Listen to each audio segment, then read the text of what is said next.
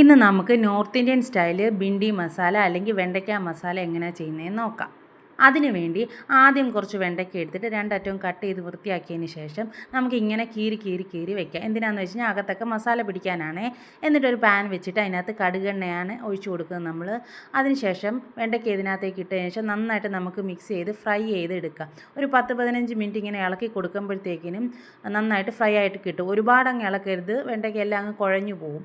അത് ജസ്റ്റ് ഒന്ന് ഇളക്കി ഇടയ്ക്കിടയ്ക്ക് ഒന്ന് ഇളക്കി നമുക്ക് നന്നായിട്ട് ഫ്രൈ ചെയ്തെടുക്കാം.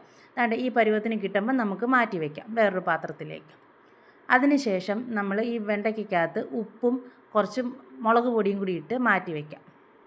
എന്നിട്ട് വേറൊരു കൊച്ചു പാത്രം എടുത്തിട്ട് അതിനകത്തേക്ക് പൊടി ഐറ്റംസ് ഇടാം.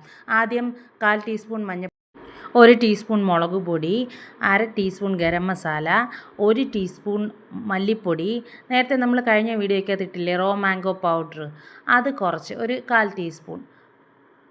അതിനുശേഷം നമ്മൾ 1/4 ടീസ്പൂൺ കായപ്പൊടി, ഇത്രയും കൂടി ഇട്ട് നമുക്കൊന്ന് മിക്സ് ചെയ്ത് കൊടുത്തതിന് ശേഷം കുറച്ച് വെള്ളവും കൂടി ഒഴിച്ച് നന്നായിട്ട് കുഴച്ചെടുക്കാം. ഒരു കട്ടിപ്പരുവത്തിന് കുഴച്ചെടുക്കാം. ഒരുപാട് ലൂസാവരുത്, എന്നാൽ ഒരുപാട് കട്ടിയുമല്ല. എന്നിട്ട് നമ്മൾ നേരത്തെ ഉപയോഗിച്ച എണ്ണയുടെ ബാക്കിയില്ലേ അതിനകത്തേക്ക് അടുപ്പ് കത്തിച്ചിട്ട് ഒരു 1/4 ടീസ്പൂൺ ജീരകപ്പൊടി, ഒരു 1/4 ടീസ്പൂൺ കടുക് എന്നിവ ഇട്ടതിന് ശേഷം 2 സവാള ചെറുതായിട്ട് അരിഞ്ഞത് ഇതിനകത്തേക്ക് ഇട്ട് കൊടുക്കുക.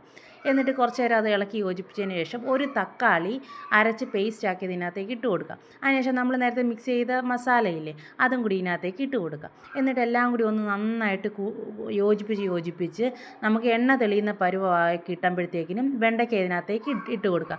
ഉപ്പ് നോക്കിയിട്ട് ഉപ്പും കൂടി ഇതിനകത്തേക്ക് ആഡ് ചെയ്യണേ. നമ്മൾ വെണ്ടയ്ക്കകത്ത് ഉപ്പ് ഇട്ടിട്ടുണ്ട് എങ്കിലും ബാക്കി മസാലയ്ക്കകത്ത് ഉള്ളിയൊക്കെ വഴറ്റിയില്ല, അതിനകത്ത് ഉപ്പ് കുറവുണ്ടെങ്കിൽ അതും കൂടി ഇട്ട് കൊടുക്കുക. ഇത് നന്നായിട്ടൊന്ന് കുറുകി എണ്ണയൊക്കെ തെളിഞ്ഞ് വരുമ്പോഴത്തേക്കിനും നമ്മുടെ ബിണ്ടി മസാല റെഡിയായി. നോർത്ത് ഇന്ത്യൻ സ്റ്റൈൽ ബിണ്ടി മസാലയാണ്. ചപ്പാത്തിയുടെ കൂടെയും ചോറിൻ്റെ കൂടെയൊക്കെ നല്ലതായിരിക്കും. അപ്പോൾ എല്ലാവരും ട്രൈ ചെയ്ത് നോക്കുക. ഇഷ്ടമായെങ്കിൽ ലൈക്ക് ചെയ്യുക, സബ്സ്ക്രൈബ് ചെയ്യുക. അടുത്തൊരു വീഡിയോ ആയിട്ട് കാണുന്നിടം വരെയും ടാറ്റാ ബൈ.